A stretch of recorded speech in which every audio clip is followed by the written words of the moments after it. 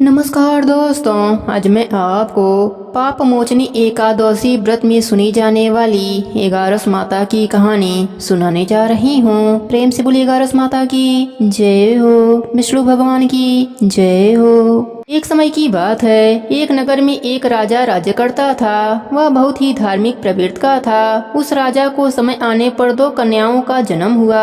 राजा की छोटी बेटी भी अपने पिता के तरह ही धार्मिक थी। वह नियम धर्म से रहती थी। साथ ही वह बचपन से ही एगारस का व्रत भी करने लगी। एगारस माता की कृपा से राजा की छोटी बेटी लोकप्रिय हो गई। उसकी हर तरफ प्रशंसा होती रहती थी। यह सब देखकर राजा की बड़ी बेटी को बड़ा ही ईर्ष्या होता था। वह अपने बहन से जलती रहती थी। एक बार की बात है, पड़ोसी राजा का बेटा बड़ी बेटी को देखने आया, लेकिन उसे बड़ी बेटी की जगह छोटी बेटी पसंद आ गई। अब तो बड़ी बहन अपने छोटी बहन से और भी अधिक जलने लगी। बड़ी बहन अपने छोटी बहन को मारने के नए नए तरीके अपनाती है। एक बार भोजन में जहर मिलाकर उसे खिलाने की कोशिश करती है। एक बार मटके में जहरीला सांप रखकर छोटी बहन के कमरे में रख देती है।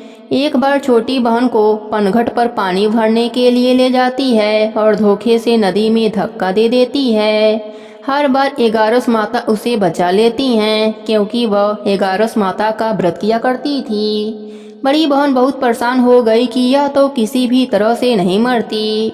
एक दिन बड़ी बहन छोटी बहन से पूछी, मेरी प्यारी बहन, भगवान ने हम सबकी मृत्यु किसी न किसी तरह से लिखी है। क्या तुम्हें पता है तुम्हारी मृत्यु कैसे होगी?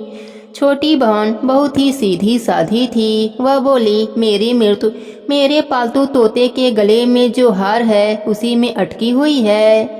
यदि कोई मेरे तोते को मारकर वह हार पहन ले तो मैं मूर्छित हो जाऊंगी, और फिर उस हार को उतारकर कोई रख दे तो मैं जीवित हो जाऊंगी। उस रात छोटी बहन अपने पिताजी के पास गई और बोली, पिताजी, मुझे शक है, यदि मैं मर जाऊं तो आप मुझे जलाना मत। आप मुझे हमारे पुराने महल के कुएं के पास झोपड़ी बनाकर खाट पर सुला देना। राजा बोले, बेटी, तुम ऐसा क्यों बोल रही हो? 3 दिन बाद तो तुम्हारी शादी है। तब छोटी बेटी बोली, पिताजी, समय का कोई भरोसा नहीं। इस तरह शादी वाला दिन भी आ गया। उस दिन बड़ी बहन छोटी बहन के पालतू तोते को ढूंढती है, पर वह उसे कहीं नहीं मिलता। तभी दरवाजे पर बारात आ जाती है। वरमाला का कार्यक्रम संपन्न हो जाता है। फेरों की रस्म शुरू हो जाती है। उधर बड़ी बहन तोते को ढूंढ लेती है और वह उस तोते को मार देती है। वहीं छोटी बहन 3 फेरे राजकुमार के साथ पूरा कर लेती है। तभी छोटी बहन मूर्छित होकर गिर जाती है। उधर बड़ी बहन तोते के हार को खुद पहन लेती है। इधर सभी घबरा जाते हैं। सभी बारातियों में हलचल मच जाती है कि राजकुमारी को क्या हुआ। सभी डर जाते हैं। तब राजा वैद्य हकीमों को बुलाते हैं। छोटी राजकुमारी को महल में ले जाकर लिटा दिया जाता है। वैद्य हकीम राजा से कहते हैं, राजकुमारी ना मरी हैं ना जीवित हैं, हमने ऐसा पहली बार देखा है। तब राजा उनसे कहते हैं, वहां जाकर बोलना कि राजकुमारी अभी बेहोश हैं, अभी थोड़ी देर में ठीक हो जाएंगी। यदि तुम ऐसा नहीं कहोगे तो मैं तुम्हें फांसी दे दूंगा। बेचारा वैद्य हकीम राजा के कहे अनुसार वैसा ही बोलता है। तभी बड़ी बेटी आती है और कहती है, पिताजी, मुझे छोटी बहन के मरने का बहुत दुख है। उससे ज्यादा दुख मुझे आपकी इज्जत का है, जो कि खराब हो जाएगी। आप ऐसा करो कि मेरी शादी राजकुमार के साथ करवा दो, तब सब ठीक हो जाएगा, आपका इज्जत भी रह जाएगा। तब राजा को यह बात ठीक लगी और राजा ने छोटी बेटी के कपड़े पहनाकर फेरों में बैठा दिया। पर राजकुमार ने मना कर दिया। कहा कि यह मेरी पत्नी नहीं है। मेरी पत्नी जब बोलती है उसके मुख से फूल झड़ते हैं। लेकिन सबने समझा बुझाकर उससे 4 फेरे लगवा दिए।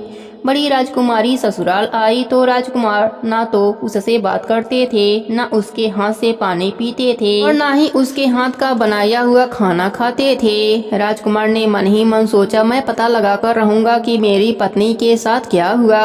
एक दिन राजकुमार दुखी होकर घोड़े पर बैठकर जा रहे थे कि घोड़ा वहीं जाकर रुका जहाँ राजकुमारी की अधमरी लाश रखी गई थी। राजकुमार ने मन ही मन सोचा कि घोड़ा यहाँ किस कारण से रुका है, कोई तो वजह जरूर होगा जो कि घोड़ा यहाँ रुक गया है। तब राजकुमार घोड़े से उतरकर पुराने महल में गए। वहाँ एक चौकीदार था।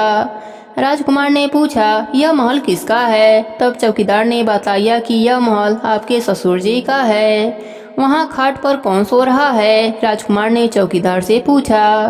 तब चौकीदार कहने लगा कि यह राजा की छोटी बेटी हैं, जो शादी वाले दिन अधमरी हो गई थीं।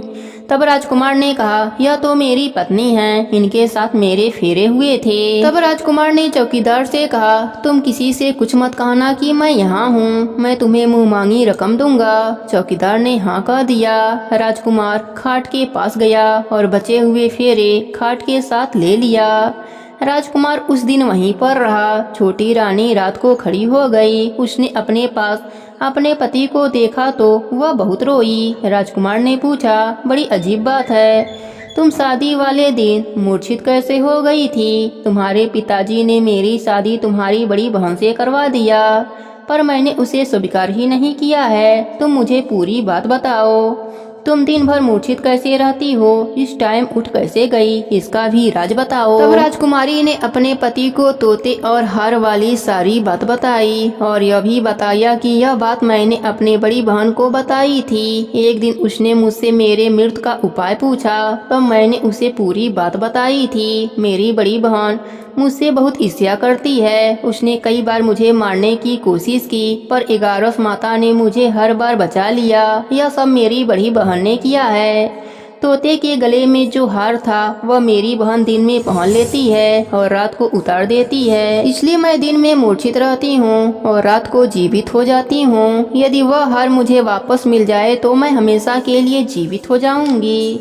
इतना सुनकर सुबह होते ही गुस्से से राजकुमार अपने महल गया और बड़ी बहन के गले से हार निकाल कर लाया और अपने पत्नी को पहना दिया। उसकी पत्नी जीवित हो गई। फिर उसे लेकर महल गया और उसकी बड़ी बहन को महल से निकल जाने के लिए कहने लगा।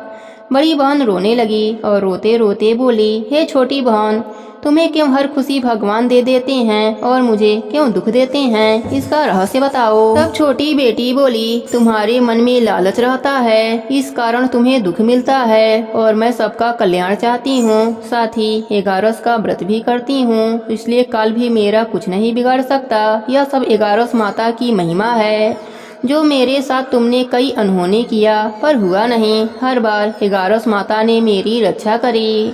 अब बड़ी बहन की आंखें खुल गई। वह बोली, हे बहन, मुझे क्षमा कर दो, मैं कहाँ जाऊंगी? तुम मेरे लिए एक छोटा सा घर दे दो, मैं उसी में रह लूंगी। छोटी बहन को अपने बड़ी बहन पर दया आ गई। वह राजकुमार से कहकर अपने बड़ी बहन के लिए एक महल दिलवा दिया। बड़ी बहन उसी में रहने लगी। अब वह नेम धर्म से अपना दिन बिताती थी, साथ ही 11 का व्रत भी करने लगी। इधर छोटी बहन अपने पति के साथ राज सुख भोगने लगी। साथ ही दोनों जन 11 का व्रत करने लगे। 11 माता की कृपा से छोटी रानी को एक सुंदर सा पुत्र उत्पन्न हुआ और महल में रिद्धि सिद्धि का वास हो गया। हे 11 माता, जैसी कृपा आपने छोटी राजकुमारी पर करी, वैसे ही कृपा अपने सभी भक्तों पर करना। सबके व्रत को पूर्ण करना। कहानी अधूरी हो तो पूरी करना, पूरी हो तो मान रखना। प्रेम से बोलिए 11 माता की जय हो। विष्णु भगवान की जय हो।